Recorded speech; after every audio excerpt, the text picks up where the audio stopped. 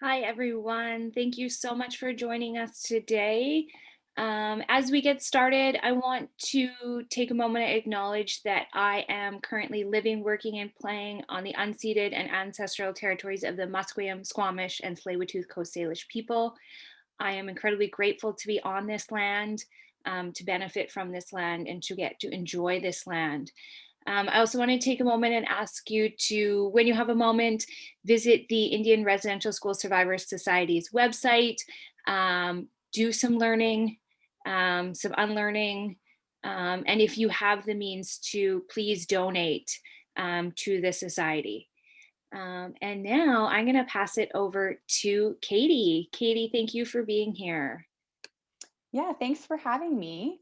I'm really excited to be part of this conference, and I'm really looking forward to, viewing all the recordings and the footage and doing some learning and maybe unlearning as well too. So thanks for having me. And I'll take a moment as well to acknowledge that I'm on third generation settler living on Treaty 6 land, which was a traditional meeting grounds, gathering place, and traveling route for the Cree, Saulteaux, Blackfoot, Métis, Den, and Nakota Sioux. And I'm also very grateful to be here and for my family to have been here all these years. So I'm going to go ahead and share my screen with you all.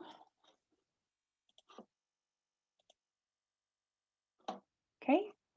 And I'm really excited to be talking about, a topic that I'm really passionate about and that I feel like I could talk about for hours and hours, because this is a life that many of us women in sport have lived. It's a personality that many of us share. I feel grateful that I have a relatively moderate version of this personality, and I feel like I kind of dodge some of the more extreme struggles that may come along with it. So I've been studying this kind of personality and working with this kind of personality for a long time. And yeah, looking forward to sharing some of my research and some of my observations and some of the things that I have found helpful in working with clients in my sessions. So I'll go ahead and start here.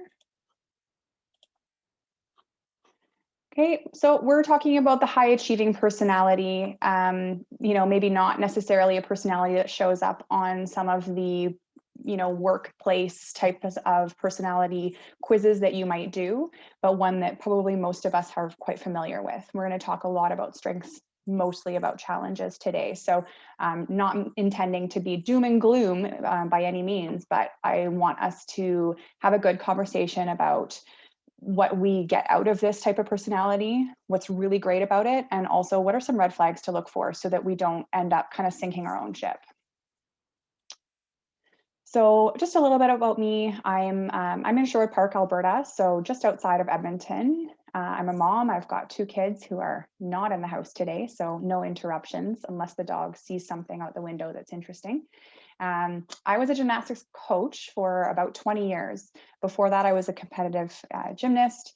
I did competitive diving for a short time after I quit gymnastics, and I achieved a NCCP level 3.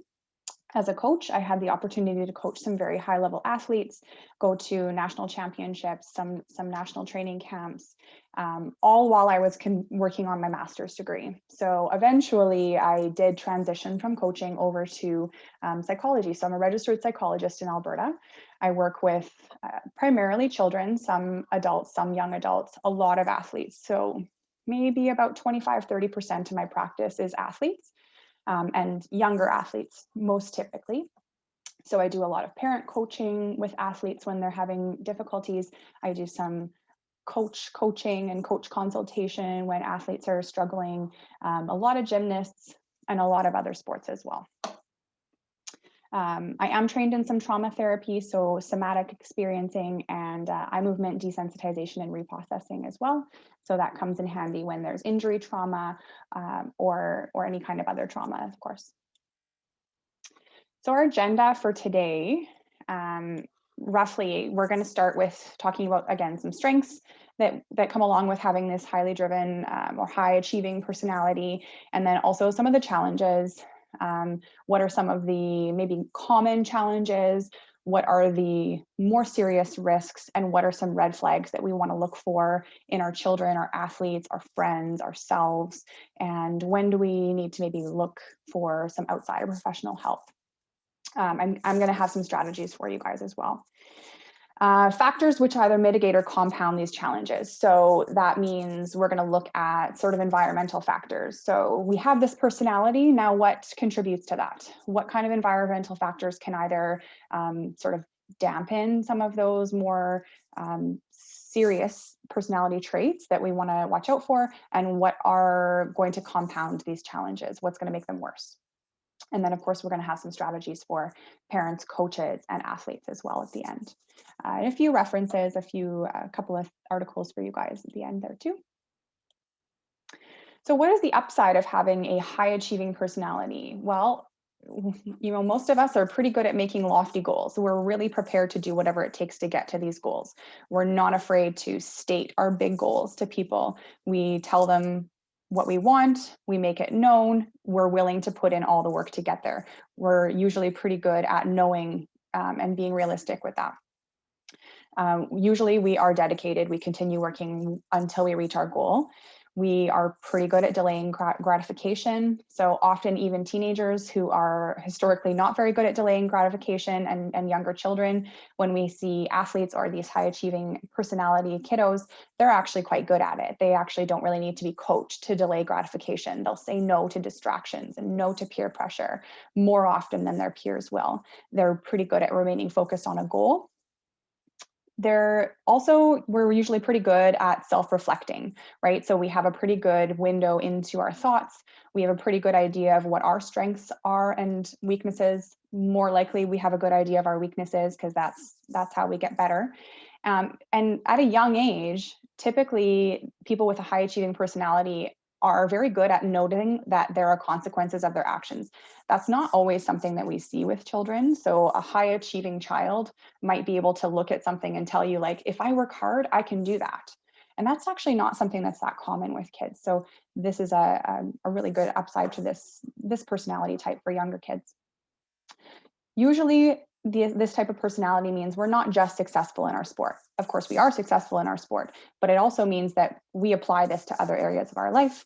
We're prepared to do what it takes to get there in terms of our academic goals, our work goals, saving money, things like that. So these are personality traits that tend to bring success in other areas of our life as well. And as the Olympics come up, I occasionally have this thought of, like, how many of these people, how many of these women at the Olympics, I think they probably all have this personality. They're probably somewhere on that spectrum. They're going to have either a little bit of it, a medium amount, or a whole lot of this type of high achieving personality, right? And that's the upside here, that's what's getting them there. The downside to a high achieving personality, well, our self-worth may be tied directly to whether we achieve our goal or not. If the goal is made without really careful consideration, it might be impossible for us to let go of it. And if we are disappointed and we don't reach our goal, then we tend to internalize that. So we have to be very careful in how we set our goals, because once we've set it, we know we're gonna set our mind to it, and we're gonna get our blinders on and go for it, right? So it has to be the right goal.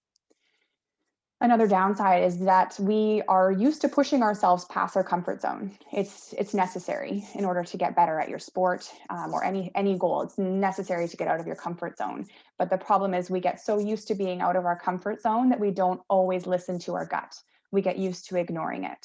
We ignore some of those little voices in the back of our head, which again, you need to do, but to what end? When do we have to start listening? When can we trust our gut, and when can we ignore it? That line gets a little blurry when we ignore it more consistently. The other thing is that we as athletes we train our brains right from a super young age to look for mistakes, to look for errors, because again, that's the only way we improve as athletes. We finish a skill, we finish a race, and we immediately jump to, what could I have done better? What mistakes did I make? Why did I make them? So over time, this trains your brain to walk into a room and see the things that are wrong, to do an action, to do a performance, even to go to a social event and to assess what went wrong, right? So over time, this also can mean that we start to ignore successes or discount the positive and just look for negative things. The biggest risks, these are the sort of the biggest red flags that we're going to look for with this type of personality. So as I said, if we're on a continuum here, this would be sort of at the other end of the extreme on the continuum of this type of personality, right? The biggest risks are that we may experience some extreme fear or anxiety, even debilitating anxiety for some people in setting a goal. We get paralyzed in setting that goal because we know once we set it, we're committed to it. And we also know that if we don't achieve it, we may have feelings of worthlessness because we have internalized why we haven't made that goal, why we haven't realized that goal, and we put it all on ourselves. So of course, in order to try and avoid those feelings of worthlessness, there may be people who are just too afraid to set a goal altogether. This can lead to really paralyzed decision making, unrealized potential, performance anxiety, and more, and even possibly some psychiatric diagnoses as well. So we may end up overly attributing goal failures. I mean, I use that term in quotations because not reaching a goal is not necessarily a failure, but that's our internal voice sometimes. We may overly attribute a goal failure to an internal factor, something that is our fault, rather than an appropriate external or environmental factor completely out of our control. So again, this is something that happens with this highly responsible, high achieving type of personality. We feel competent, we feel responsible, we feel like we can do all of these things, so we should. And then when they don't happen, we blame ourselves. We don't want to go completely to the other end of that spectrum and only blame external factors, but we want to be able to recognize external factors to our goals because they're inevitable. There is no goal in which there is no external factor for us to consider. So only thinking that it's our fault or it's our internal factors leading to this can lead to self-blame, feelings of worthlessness, shame, depressive feelings, high anxiety, right? So we want to help ourselves, our athletes, our children create balance here when a goal doesn't work out, and help them assess why, and not just because of their own failures, their internal factors, right? Another really big risk for constantly achieving great things is that we can become addicted to it. We can become addicted to constant, frequent success, frequent achievement. It's a high. We know what it's like to achieve something after considerable hard work. It's amazing. It's the best feeling you can have, which can get addictive, right? So sometimes we get so used to it that we have a hard time staying in the moment because we're used to deferring our enjoyment. We're used to deferring things that we're looking forward to. We're used to working hard in favor of something that's way off in the future. And sometimes that means we don't really enjoy what's happening now, right? So that sometimes also means that we're looking for the next thing all the time. We have a very brief moment of that elation, that proud feeling, that success, and then we jump onto, okay, what's next, right? Rather than really just basking in all that hard work and all of that time that went into achieving that goal, they just swap and move on to the next thing. Again, as I mentioned on the last slide, this overtraining your brain, right? Overtraining to seek out mistakes. Not only is that a problem in terms of your sport, because you may start to look at yourself as only making mistakes, it's also a problem in life, right? We can't train our brain to only see problems and only see mistakes, because as a psychologist, what I see then is every time you walk into a room, every time your partner or your child or your friend does something, you're going to seek out the mistake. What could you have done better? And that just doesn't sound like the best, happiest world to live in, right? We want to be able to have balance here. We want to be able to seek out improvements in ourselves, but not discount the positive things that we're doing. And we don't want to end up with the overall self-impression that we only make mistakes. And that can come from living in that world of mistake picking constantly, is that we only live in that world and we're not aware of the world where we actually do really awesome things too. So this is an interesting one. So after, a few years of working with a lot of athletes, a lot of parents, a lot of coaches, the number one therapy question that I get from parents when they bring their children in, or even from teenage athletes or young adult athletes who come in on their own, the number one thing they say they want to work on: how can I help my child, myself, my athlete become more confident? Which, if you kind of take a moment and sit back and think about this question, it seems like it should be a given that someone who's so accomplished would have a lot of confidence, right? Maybe from the outside to everyone else, they look like they have a lot of confidence. So I think just being on that insider in my therapy room, and I get to hear this question over and over and over: how can I get more confident? Why is my child lacking confidence? And you kind of look at the things they're doing. Every once in a while I have the opportunity to see them in their sport, and you go, geez, they look so confident. Like, look at all that stuff they're doing. Like, this is amazing. They're in the top, I don't know, 5% of their sport in the province, in the country. Why are they not confident? It does seem like a very confusing type of question, right? For all these kids and all these athletes who are doing these amazing things. Well, often we have to have a long conversation about what builds confidence. Being good at something doesn't build confidence, right? Being always right, always getting the right answer in school doesn't build academic confidence.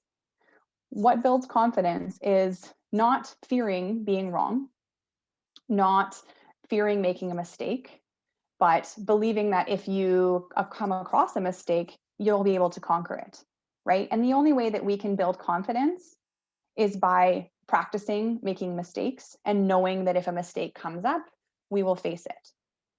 Okay, which sounds, people don't tend to like it when I suggest that they practice failing or that they practice making a mistake. So we have to be very careful in how we approach that, because athletes obviously don't like making a mistake. They don't like quote unquote failing. And we're going to talk a little bit about that word and maybe why we want to try and stay away from that word, or how we can reframe it. But this is a really, really big sort of mind shift that I like to try and just very slowly create a little bit of space for in people's minds. And that is, the more things you're good at, that doesn't necessarily mean the more confidence you're going to get. It's actually kind of the opposite, right? So compounding factors. There's a lot on this page, and this is really not intended to in any way blame coaches or parents or anybody else. These are some researched facts on what can contribute to making a certain type of personality trait display itself in more extreme ways, right? So these are just things to be aware of.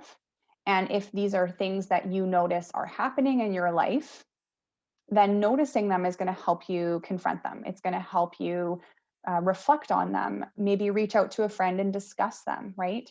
So when you have a personality that is high achieving, highly dedicated, high performance personality, so to speak, we know that personalities are often inherited from parents, at least a type of personality, right? Maybe not the exact type of personality. So what does that mean? That also means that your parent is probably struggling with some of the same things you're struggling with.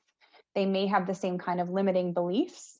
You may have grown up in a household where it was commonplace to only pick out mistakes. You may have a parent who is really unsure of how to get you unstuck from the same kind of things that they struggle with. And that's life, right? That's parenting. That's being in any kind of relationship, right? If we don't know how to do it ourselves, how can we possibly help our loved ones do it, right? The same thing goes from coaches. Coaches usually were our former athletes, which means a lot of our coaches are also high achieving personalities. They have goals themselves. Occasionally, they may even get triggered by an athlete who is just like them and have a really hard time helping their athlete get unstuck from these negative thoughts, these limiting beliefs. And it just makes that cycle even harder to break, right? So I'll get to what we kind of the suggestions on what we need. So this is sort of my doom and gloom page. So I apologize for that, but we are going to get to some of the strategies and how we can mitigate these compounding factors in another couple of slides, right? So athletes, and particularly female athletes, are unfortunately more likely than others to exhibit people-pleasing behaviors. So um, this happens more often in some sports than others. I grew up in the gymnastics world. It's a very young, it's a very intense sport at a very young age. So typically you are there for, sometimes 16, 20 hours a week at age 9, age 8. And developmentally, of course, they want to please their coach. They want to please their parent. That's just how it works, even if the coach isn't demanding it, right? So this isn't saying that the coach is intending for the child to please them. This is kind of just how that their brain works at a younger age, right? Girls are a little more susceptible to it. Certain sports also make that a little bit more likely, say an individual sport or a sport where they're training a lot of hours at a young age, right? So when we have kids who are people pleasers, unfortunately, it does make it, again, more likely for them to internalize negative thoughts. They're typically doing some mind reading when they're trying to be a people pleaser. They'll take a turn or do a skill or have a race and then check their coach's reaction to see if they should be proud of it. Rather than judging on their own performance themselves, they judge their performance based on someone else's reaction because that's what's important to them, right? So these are factors that we want to watch out for, because eventually, if they're really unchecked, these are kids that can experience a lot of self-blame. They can ignore their gut instincts in favor of just pleasing someone else. And especially for women, these are things we want to keep in check because of future relationships. We don't want women, girls growing up with all of these people pleasing behaviors and moving into relationships where they're going to continue those patterns, right? So these are things that are really important for us to keep an eye on. Highly driven athletes are also really almost always surrounded by other highly driven athletes. Like I said, sometimes also their parents and their coaches.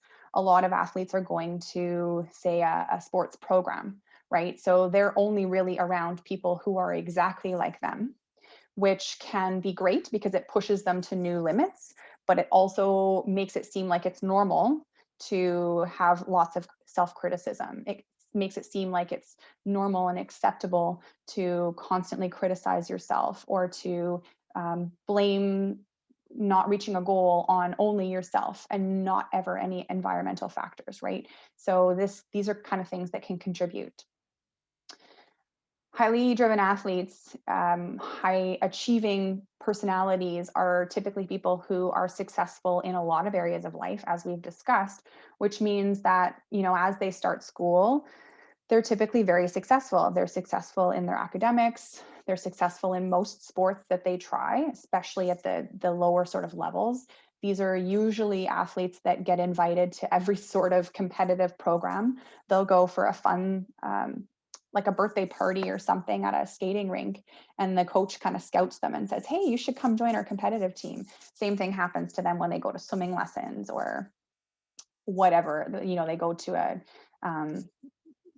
even just like a rowing or whatever, right? Like I've heard lots of these stories where they are flattered by this and they ended up doing like 3 or 4 competitive sports because they're athletic, they're hardworking, they know how to defer gratification, right? So a lot of programs want these kind of kids.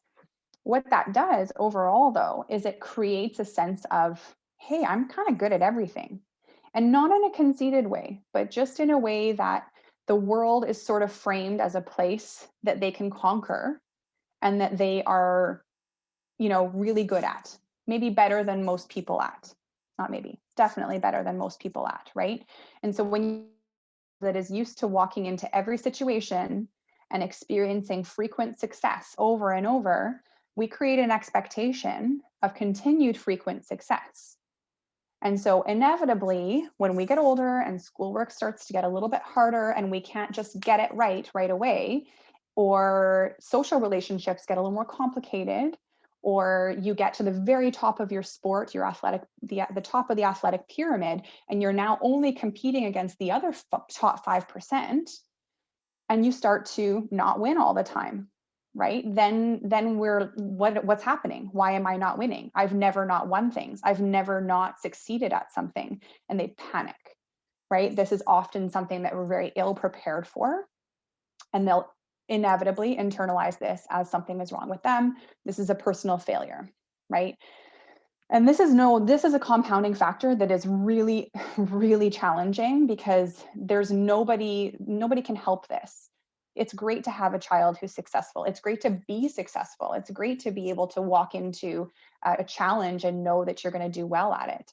But we're also trying to create balance and making sure that we don't just surround ourselves with things that we can conquer immediately because of this expectation for frequent success that it can create for us, right?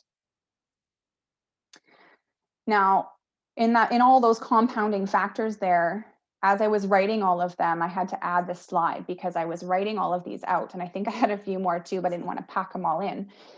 And I noticed a theme here, and this is, again, I kind of come back to that confidence quote at the very beginning here. A theme in all of those compounding factors here is that we have an athlete who is afraid of making a mistake. Afraid is maybe even not even the most extreme word I could use there. An athlete who is terrified of making a mistake. And sorry, there's a spelling error there. I hate spelling errors. An athlete who's afraid of making a mistake, so avoids them at all costs. So we become we can become paralyzed by the fear of making a mistake. So we avoid the possibility of even making one. Right? So just as I said, if we become so used to walking into a room, going to a sport, whatever, and being successful, and then all of a sudden we're not successful, that's terrifying. So what happens is we start to avoid anything that might not be immediately successful for us. We only participate in things that we're good at. And that, again, just perpetuates that environment of like, I don't need a challenge. I'm good at things, right? So when we have this, an athlete who's afraid of making mistakes and avoids them, and we add it with an athlete who has a lot less opportunity to practice a failure because they're good at things and they're surrounded with things they've been successful for most of their life, what do we get? An athlete with very little confidence that they can overcome a setback or a failure. If they're not good at something right away, it's kind of terrifying. And this happens really, like I said, at the upper levels of the sport sometimes, right? When you haven't had a lot of challenges at the beginning of that sport. And I see it a lot in academics as well. Really, really bright children who've never had to look at something and not understand it, right? So this is why that question of how can I help my child, my athlete, myself, how can I build more confidence? This is how we get to the answer for that question, right? How do we build your confidence to actually approach a setback or a failure, if you want to call it that, right?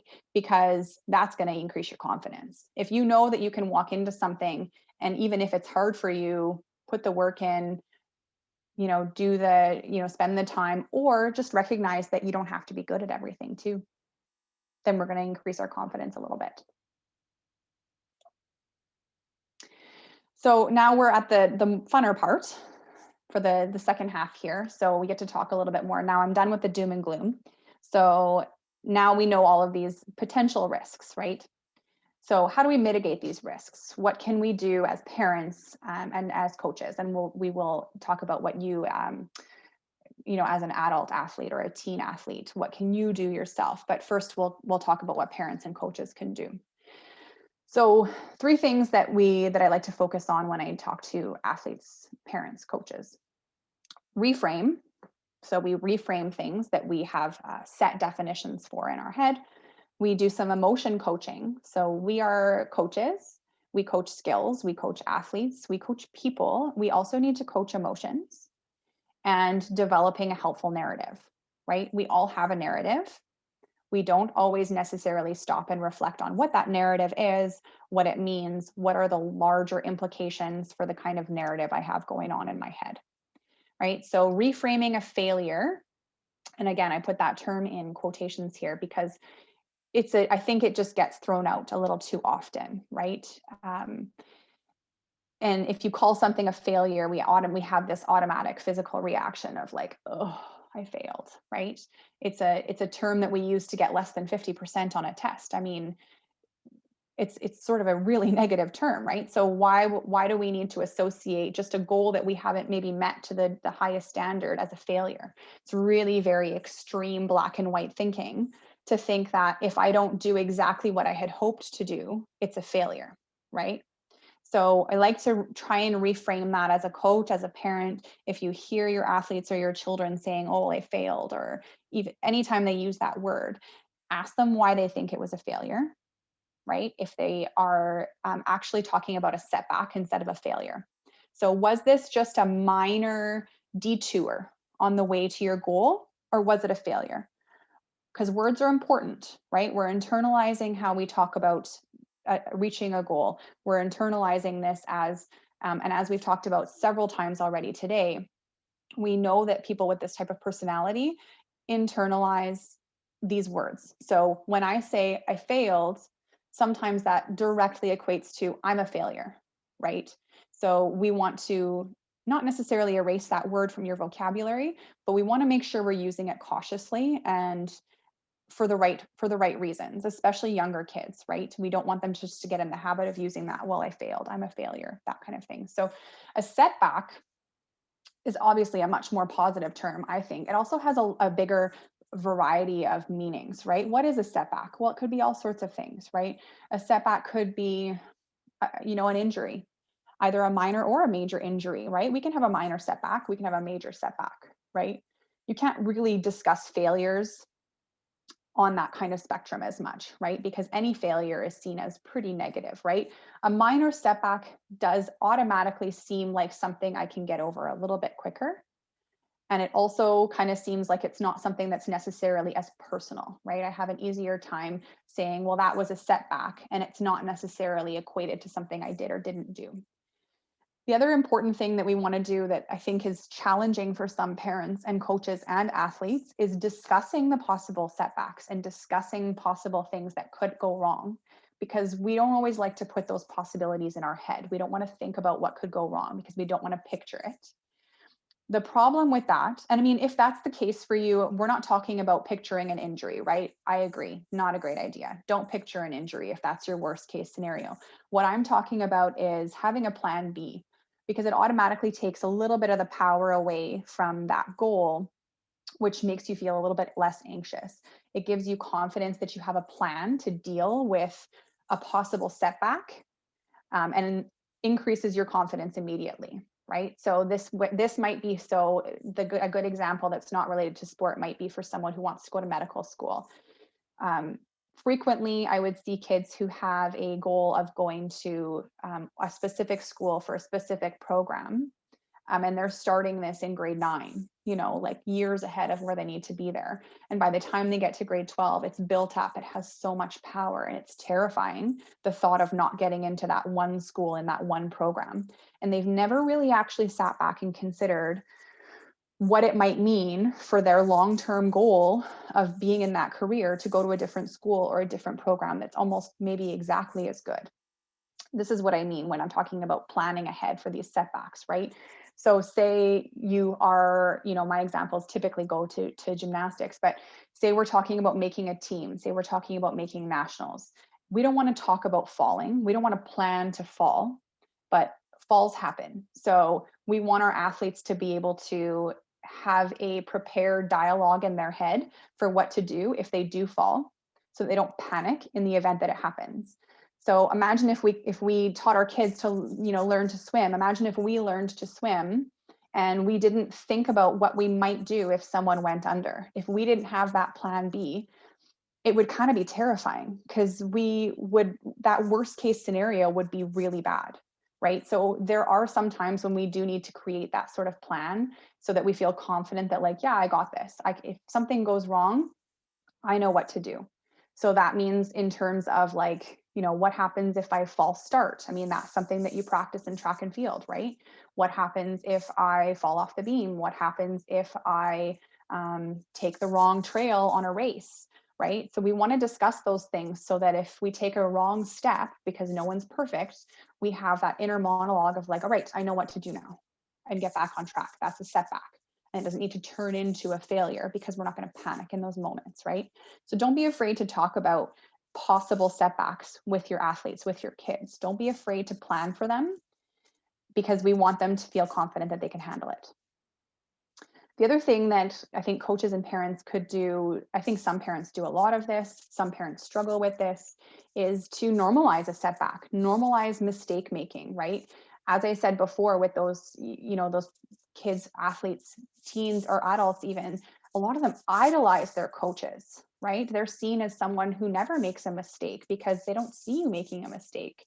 So they kind of feel like you're this, I don't know, magical being who doesn't make mistakes sometimes, right? So it's okay. In fact, it's preferable if you normalize that for them. Like, hey, I make mistakes all the time. And then if you do, just talk it out, just voice it to them. If you happen to be in the gym, in the training gym, in the pool, wherever you are, and you mess something up, don't feel like you need to hide it for them, right? Let them know, like, oh shoot, like I missed the time on this, I sent this thing in late, like that was silly, and talk it out for them, right? Talk out to them how you feel about it without obviously doing a lot of self-blame. Like, don't call yourself names or anything, but like, okay, so how am I going to handle this? I guess I'm going to have to call the association and let them know I made a mistake, and then we'll just have to plan for how I'm going to make this right. All of that is going to sink in over time, right? You're not actually asking them to make mistakes. You're just normalizing it. You're letting them be in an environment where they're around other people who make mistakes and overcome them. So for younger kids, as we talked about on the previous slide, that really challenging one of having kids who just are always good at things. One thing that we can do is try and expose them to new challenges, take them to novel places and new environments and different sports, and introduce them to things that they might not excel at immediately. And we're not doing that to embarrass them. That's quite the opposite. What we're doing is we're introducing a world where, there's all sorts of things, and we're good at some of them, and we're not as good at other things. And that's okay. We don't have to avoid the things we're not good at. We can probably still enjoy them, even if we're not good at them, right? We want our kids to be able to encounter something that's new that they can't conquer immediately and not panic, not want to avoid it because it brings up feelings of like, why can't I do this, right? So we can normalize that for them by not just, of course, we're going to, put our kids in things that they excel at and that they're good at, but we don't want to just do that. We don't want to just put them in all the things that they can do perfectly, right? Because it creates that expectation for continued perfection. Now, for you guys, for athletes, and I actually don't know what the composition of all of our participants are today. So I really tried to talk about this from different sort of perspectives in case we have parents and coaches as well as athletes on here today. I can't talk about mottos and not think about this exact scene, particularly because I have younger children. So I include it on here because I feel like now when you think about a motto, you're going to see this picture. So a motto is something that I spend actually quite a lot of time on when I work with athletes, not even just athletes, but just even non-athlete clients that I work with. So mottos are something that we want to come up with in moments of calm, in moments of peace, in moments of like reflection, and we practice them then. And there's something that you can just sort of pull from your like toolbox when you're stressed, when you're in a challenging situation, when you're in a performance, when you're feeling anxious. And the best thing about a motto is that we want it to be, and again, this is why I include the picture, we want the motto to be very, very strongly tied to a specific memory. So a very vivid memory. So ideally, it's a memory that you can not only picture, but feel. So say something like, if you had a fall at a very important competition, and you in that moment were devastated and thought immediately, well, there's no way I'm making this team now, and then somehow you managed to turn it around and make that team. That's a memory that we want to implant in your brain, because we want you to remember that not every time that you fall, it's going to be disastrous, right? That's going to be the most helpful memory for you to pull and hold on to as you move to future performances, right? So come up with a statement, come up with a motto, short and sweet, that is tied to that experience. And maybe even that brings up the physical feeling you had when you made that team, right?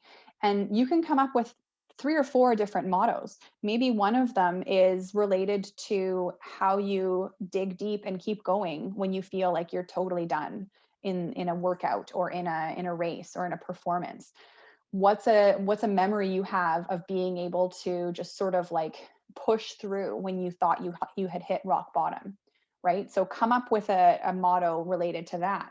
Also come up with a motto related to maybe performance anxiety. This is sometimes very helpful for people, is that if they are someone who gets very nervous before a performance, they're going to come up with a motto about a time when they felt nervous and what they did and how it turned out. So they might say something like, when I got nervous in Calgary, I did 10 deep breaths, listened to my music, and it made the world a difference. Whatever. That's a long one. But, this is something that no one can give you. I can't give you a motto. You have to come up with it on your own, and it has to be directly tied to a past memory of when something went really well for you or when a challenge actually turned out okay, right? So try this out. This is quite powerful if it's really linked to something that you've experienced in the past. Something else that I spend quite a lot of time on. So, I mean, this is a webinar. This is not therapy, so to speak, but there are sort of 3 approaches that I like to take with athletes in therapy sessions. One is that cognitive behavioral component, right? So that's that challenging those inner thoughts, right? Which we're going to talk a little bit down here. Another is a narrative approach. So you may or may not have heard of that narrative approach, and that's kind of where that motto comes from, and having that inner narrator. So there we have our inner critic, we have our inner cheerleader. Overall, this is your narrator, right? So it's kind of just that monologue that's running constantly in your head. And sometimes we don't pay enough attention to it, right? It's kind of going all the time. So usually what I hear is people really pay attention to it when they try and lay down to go to sleep at night. That seems to be the only time. We can't ignore it, and we just have to pay attention to what it's saying. And often we don't like it. So if we make it more regular practice to pay attention to it throughout the day, and we work to try and challenge some of what our narratives are telling us, it might not be quite as difficult to hear those voices at the end of the night and to kind of lay and stare at the ceiling and have a hard time turning off those negative inner voices, right? So a narrative approach is really kind of a story. It's what story do I tell myself about my life? What is my belief about my ability to come to a challenge? What is my belief about my future? What do I think is going to happen? And what do I tell myself about possible outcomes, right?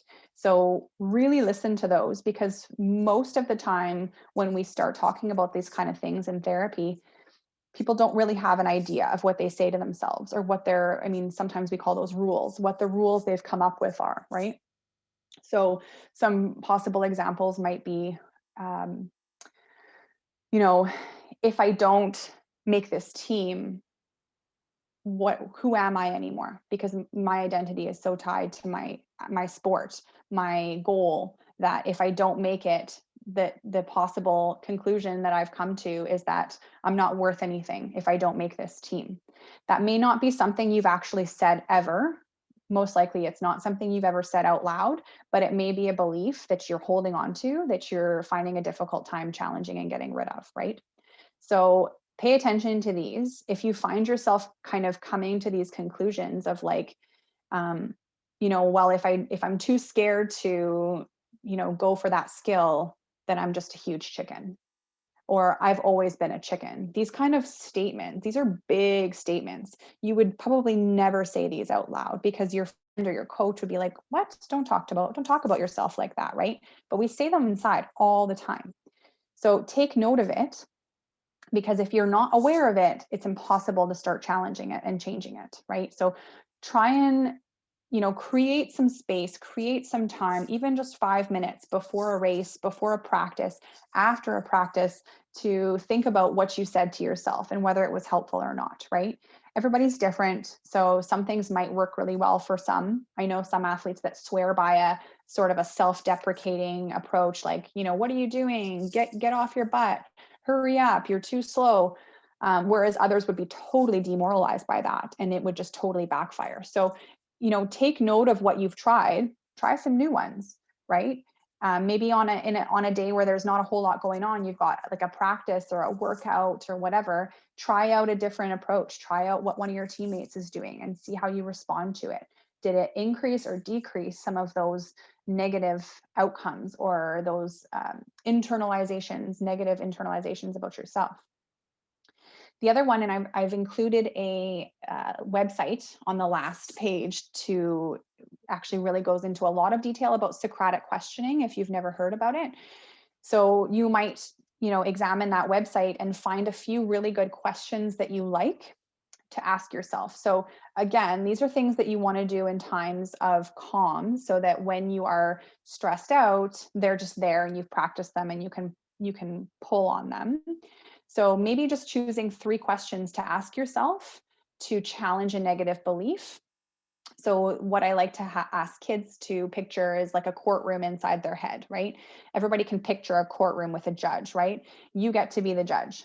Too often, we are only arguing one side of the argument, right? We're only presenting half of the evidence because that's kind of what we believe, right? So we really need to try and shift ourselves into that position of judge and present both sides so that we can actually kind of see who has the most evidence for this thought, right? So if I say to myself, I'm a huge chicken, what's my evidence for that? Well, I probably have a fair amount of evidence for that, but I might be discounting a lot of other evidence. I might be ignoring the evidence that is contrary to that belief because we like to believe we're right. We like to look for things around us that prove that we're right, right? So Socratic questioning is a really good way for you to try and stay balanced in the way that you're talking to yourself. It's almost like having a friend who really believes in you inside your head, kind of telling you all the stuff you've missed. Like, well, what about this? And what about this time? And you were super brave when you did this, right? So do please go to that website, check it out. There's a lot of different examples of questions you can ask yourself when you are trying to challenge a thought. And again, it's very personal. So I don't want to tell you what is the best one for you.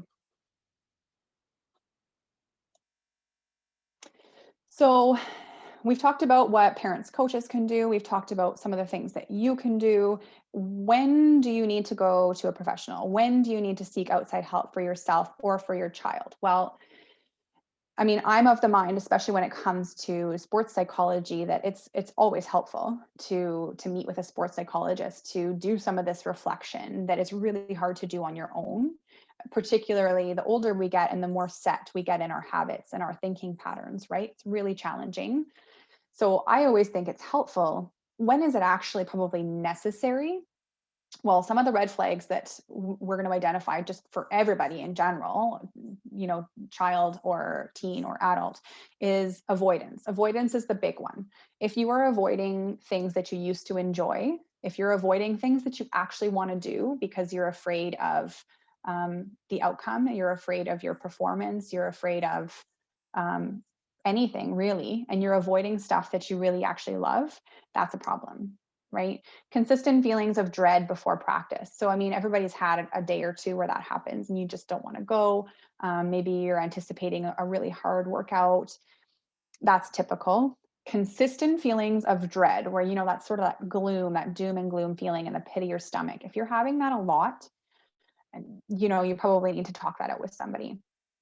Also, feelings of hopelessness. Hopelessness is a big one because as we've discussed right from the get-go here, we're talking about high achievers, right? So high achievers, almost by definition, want to achieve something. And if that stops and you feel like it's hopeless to seek a goal, you need to see a professional, right? Because not only is that something that we look for in the general population, but for athletes, it's particularly telling because athletes are typically people who are really driven to achieve.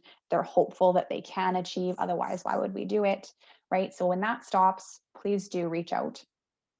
Red flags, particularly for children, frequent stomach aches or headaches before practice. That's a big one. And we, I think, as adults and coaches, tend to look at it as like, oh, well, it's just they're just nervous. The thing is, they don't always know that, right? Younger kids, say maybe under the age of 12, aren't really necessarily able to link their stomach aches to anxiety. It all just kind of feels like ickiness in their belly, right? So us telling them, hey, well, you're just nervous for that race next weekend, or you're just nervous to do your back walkover on beam. They have a really hard time processing that and separating a physical feeling from an emotion, right? So that's something that can take a lot of time for younger kids to help them make that connection and to be able to identify a stomach ache and relate it to a specific event, right? And again, for kids, avoiding difficult tasks or things they won't excel at. So this is, again, on the more extreme end of this personality type. Sometimes we see this very early on, sometimes even at like 5 or 6. We can see kids who are so used to being good at things and who already are afraid to not be good at things. And so they start veering away from things they might not because they're afraid of hurting themselves, because they're afraid of failing. And if we see that at a young age, we definitely want to nip that in the bud. So if you have athletes or kids or nieces or whatever that you're noticing are shying away from things because of a perfectionism, that's something we want to address pretty much right away for little ones. Certainly for you guys too, but the earlier we notice it, the more we want to make sure that we step in and give them some tools. Okay, and I wanted to make sure I was leaving some time for questions here. So here are your references. We're recording and this is going to be available, so you'll be able to come back to this as well. That website on Socratic questioning that I was talking about, I really liked. And yeah, I would really encourage you to go pop over there, take a look at some of the phrasing of the questions, and maybe choose one challenging belief, one negative belief that you have, and ask those questions and see how it goes. See if it gives you some good reflection. And then there's a really good article there on high achieving habits and whether they're helping or hurting you as well. All right. Thank you so much, Katie. Yeah. I think you were talking about me the entire time. So I have a page of notes, a lot of moments of like, yep, I do that, still do that. I think of one question here, and it's basically, so if you're an athlete or an adult and you realize that you are in that state of performing or achieving as a means of acceptance, is there a way to come back and reconnect for the passion side? Like, how do we do that? Yeah, that's a good question. I mean, it's sort of inevitable that we're going to do a bit of a dance on this spectrum, right? And there's going to be times where like you're so set on a goal. And I mean, we're coming up on the Olympics like tomorrow, right? So this is a perfect time to be having this conversation. I'm going to bet that there's probably a lot of people who have maybe lost a little bit of that passion right now because they're so focused on that goal. And that's okay to happen for a little while. You can go along and chug along for a little while, just with your blinders on towards that goal, as long as you kind of have an end sight, where it's like, okay, so if that goal is now 5 years down the road, probably not a great idea. It's probably a good idea for you to maybe set some really short-term, easier goals to achieve. And that might help you a little bit with that passion because you're going to have a taste of what you're doing this all for again. So say you're training for a marathon and you used to love running, and then you start finding that like, oh, like I'm not loving this anymore, and I'm only training for this goal that I set arbitrarily, then maybe it's time for you to go and do like one of those like 5K bubble runs, and just like do it for the enjoyment, the pure enjoyment of it, and without thinking about like, this is not maybe a training episode that's going to lead me closer to my goal, but it's going to be fun, you know? Yes. Okay. Yeah. The fun aspect is so interesting because I think, especially as a female athlete, like when you, and I think probably all athletes, when you get to that point where you're not achieving or succeeding, or the environment becomes maybe toxic, then the Happens. fun becomes challenging. Yeah. Okay. And this is why we need cross training, you know, like this is why sports don't have a year round competition season, you know, like it's impossible. So as coaches, as athletes, and I think some athletes have the tendency to be like, it's off season. And then maybe they go off to their other extreme sport that they do on their off season, you know, and that's the kind of stuff where it's like, okay, but when is your actual off season, right? Like when do you actually get to go into, like for gymnastics, that's what I know, so that's what I come back to. For gymnastics, when nationals is over and you've done all of the hard work, you get to go and do all your fun new skills into the foam pit that you haven't used for 4 months, you know, like we look forward to that. So don't skip it and go and do some other extreme summer sport, you know, and then hop back into your intensity. Okay. Yeah. The fun is, and the rest, right? The rest Yeah. is so important. Yeah, and the Um, social stuff too, right? Like the sleepovers and the birthday parties, you know, like that stuff's important, right? yes. Yeah. The social, and remembering, what it is about the sport and all the aspects of the sport that are enjoyable. Yeah. Oh, thank you again. Um, I feel like I need to go back and relook at some of my own coaching and go, how can we normalize mistakes a little bit more? I really like the mottos thing, so that I'm gonna ruminate on that one. So Yeah, that's a good one. You can kind of stick with that one for a while because you can change them all the time, you know, depending on what kind of challenge you're facing next. You can change your motto, you can choose a different experience to try and link it to, right? So I like that one. yeah, and I like the fact that it's rooted into previous success. Yeah. It really connects it. So, Yeah. well, thank you so much. Thank you to everyone who has joined us. Make sure you check out those resources, keep your learning going, and hopefully you'll join us for Lauren's talk this afternoon. So thank you, and we'll see you later. Bye. Thanks.